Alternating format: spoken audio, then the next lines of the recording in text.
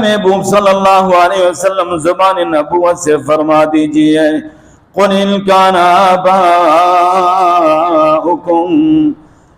اگر تمہیں تمہارے آباء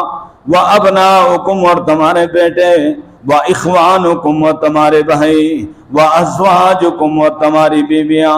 وَعَشِيرَتُكُمْ اور تمہارے کنبے اور خاندان وَأَمْوَالٌ اقْتَرَفْتُمُوهَا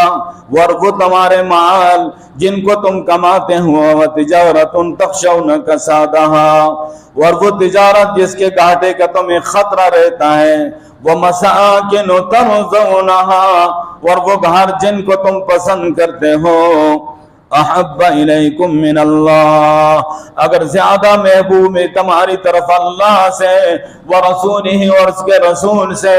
وجہاد فی سبیلہ اور اللہ کے راستے میں جہاد کرنے سے فتربصوا پس تم انتظار کرو حتی یأتی اللہ بامرہ یہاں تک کہ اللہ اپنے حکم کے ساتھ آ جائے واللہ لا یہدی القوم الفاسقین اور اللہ تعالیٰ نافرمان فاسق قوم کو ہدایت نہیں دیتا۔ قرآن کی سائے نہایت ہی قابل صد احترام دوستو بزرگو، آج ماہ ذی قعدہ کا دوسرا جمعہ ہے اور ماہ ذی قعدہ اشہر حرم میں سے ایک مہینہ ہے۔ وہ 4 مہینے جو اللہ نے حرمت والے بنائے ہیں ان میں سے ایک ذی قعدہ بھی ہے۔ قرآن میں اللہ نے ان مہینوں کا ذکر فرمایا کہ ان عدۃ الشہور عند اللہ 12 شہرا، مہینوں کی گنتی اللہ کے نزدیک 12 ہے۔ فی کتاب اللہ، اللہ کی کتاب میں یوم خلق السماوات والارض، جب سے اللہ نے زمین اور آسمان کو بنایا ہے، منہا 4 حرم، ان میں سے 4 مہینے حرمت و فضیلت والے ہیں۔ ذالک الدین القیم، یہی مستحکم اور سیدھا دین ہے۔ فلا تظلموا فیہن انفسکم، ان مہینوں میں بالخصوص گناہ نافرمانی کر کے اپنے جانوں پہ ظلم نہ کرنا۔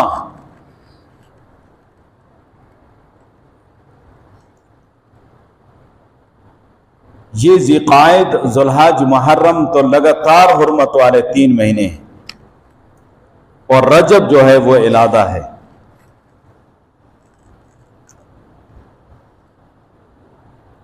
اسلام کی تعلیمات سے یہ معلوم ہوتا ہے کہ ان مہینوں میں جنگ نہیں کرنی چاہیے، مسلمانوں کو جنگ میں پہل نہیں کرنی چاہیے۔ یہ حرمت والے مہینے،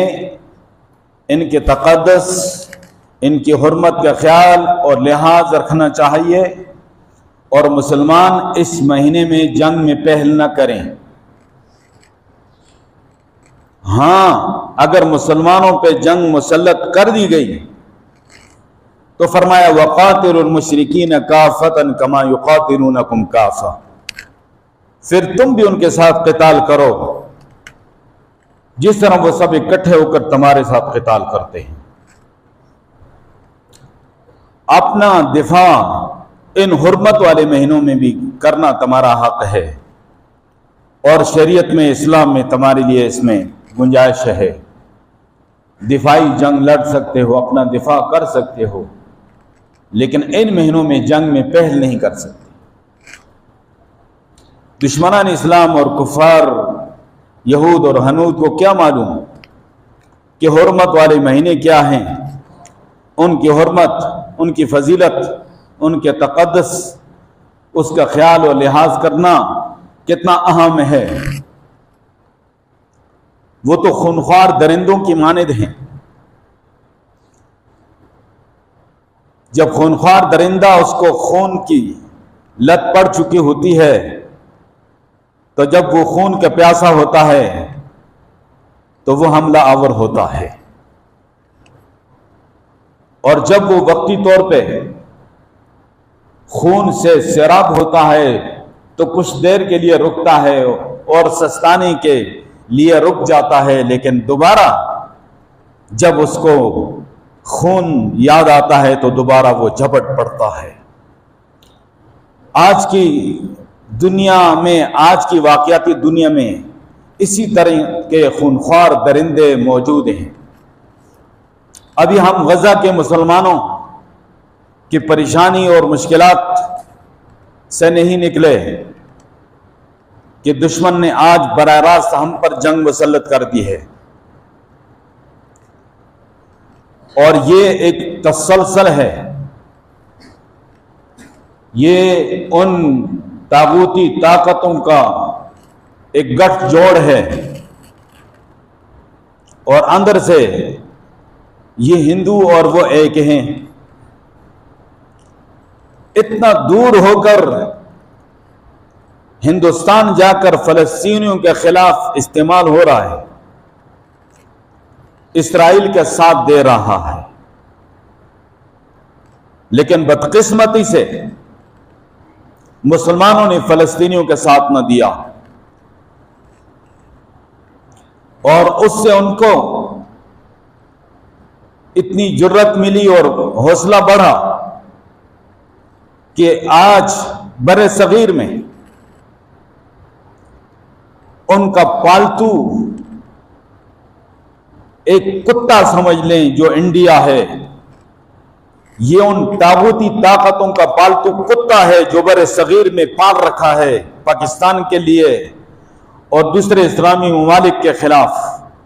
جب وہ چاہتے ہیں تو اس کو کھلی چھٹی دے دیتے ہیں،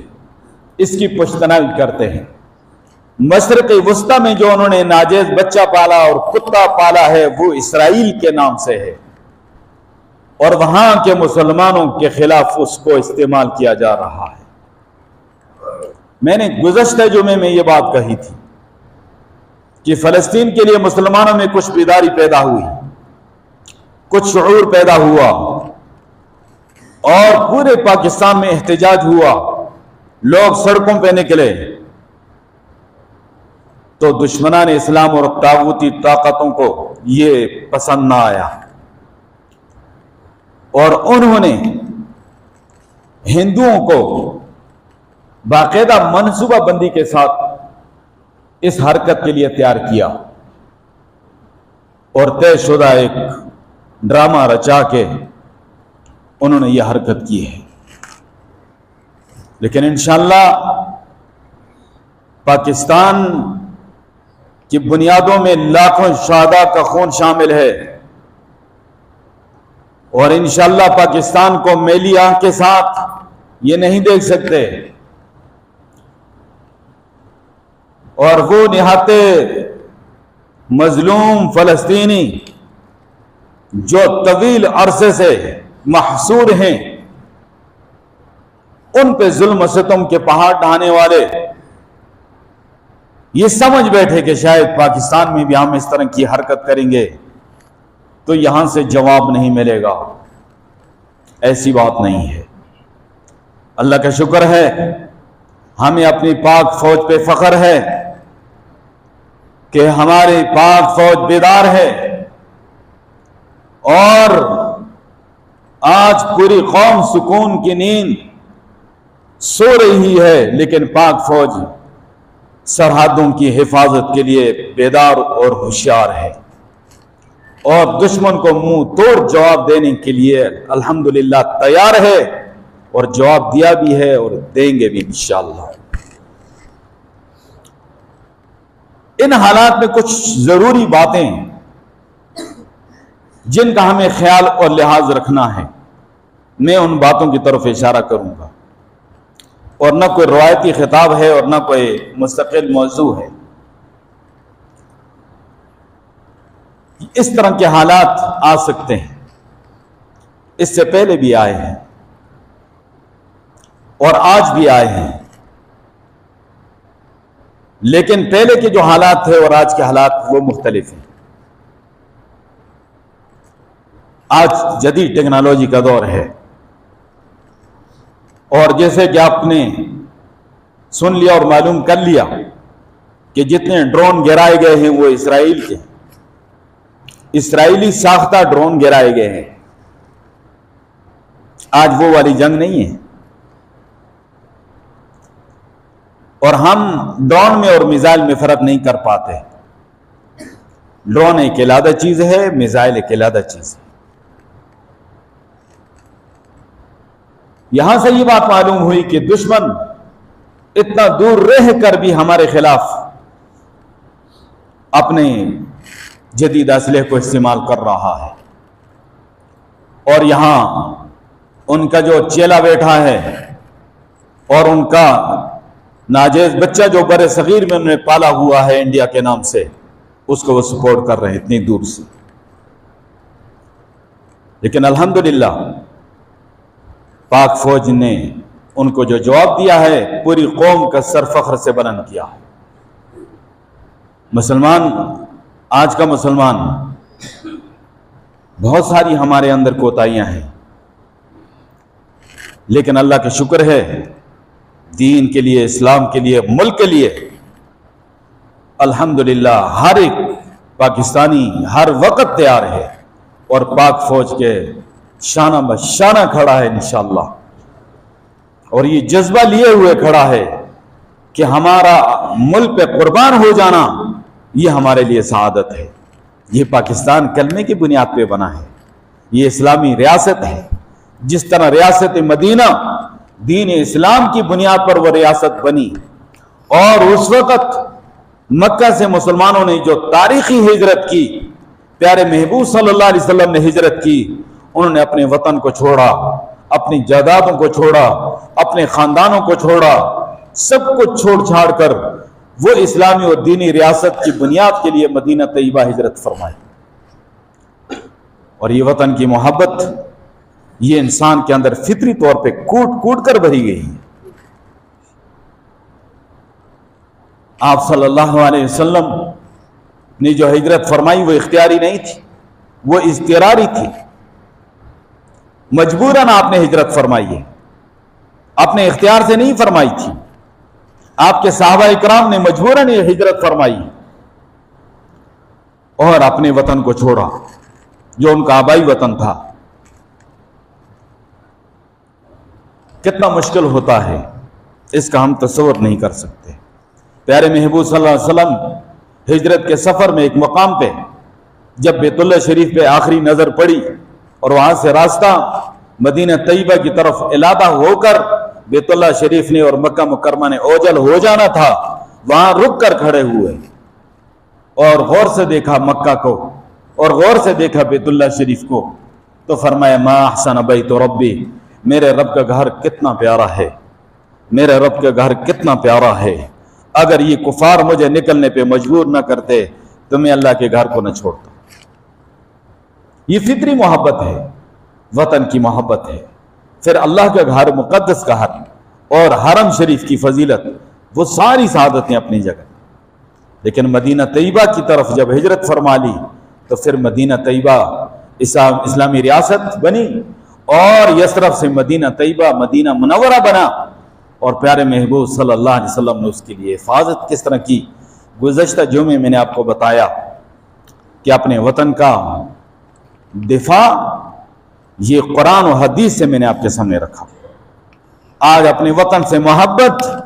یہ قرآن و حدیث سے میں آپ کے سامنے رکھنا چاہتا ہوں کہ اپنے وطن سے محبت کرنی ہے۔ حب الوطن من الایمان، اپنے وطن سے محبت کرنا یہ ایمان میں سے ہے، یہ ایمان کا حصہ ہے۔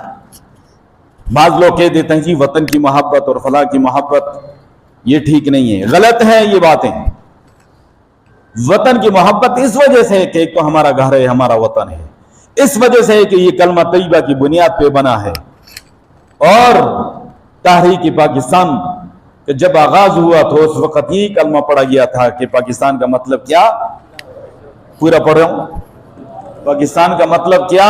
لا الہ الا اللہ محمد الرسول اللہ۔ کلمہ شریف آئندہ پورا پڑھنا ہے، کلمہ پورا ہوگا تو فضیلتیں اور برکتیں پوری حاصل ہوں گی۔ ادھورا کلمہ پڑھا، پاکستان بننے کے مقاصد ادھورے رہے۔ تو اس وقت یہ کلمہ شریف پڑھا گیا تھا، اس کی بنیاد پہ یہ ملک معرض وجود میں آیا ہے، اور اسلامی نظام کے لیے یہ ملک معرض وجود میں آیا ہے۔ ہمارے اس ملک کے ساتھ محبت کلمے کے ساتھ محبت کی وجہ سے ہے، ہمارے اپنے وطن کے ساتھ محبت دین اسلام اور اسلامی نظام کے نفاذ کے لحاظ سے، محبت کے لحاظ سے ہے، اور یہ ایمان کا حصہ ہے اور ایمان کا جز ہے۔ ایک شخص کو اپنے گھر سے محبت ہوتی ہے یا نہیں ہوتی؟ ہوتی ہے اپنے گھر سے محبت۔ تو اپنے گھر سے محبت کوئی ممنوع ہے؟ کیا کوئی شخص اپنے گھر سے محبت کرے تو آپ اسے کیا کہیں گے کہ تو غلط کر رہا ہے؟ نہیں، اپنے گھر سے محبت منع نہیں۔ ایسے ہی پاکستان ہمارا گھر ہے، اس سے محبت یہ فضیلت کی بات ہے، اور یہ ہمارے ایمان کا حصہ ہے۔ قرآن شریف کی آیت ذہن میں آئی، قل ان كان آباؤكم وأبناؤكم وإخوانكم وأزواجكم وعشيرتكم وأموال اقترفتموها وتجارة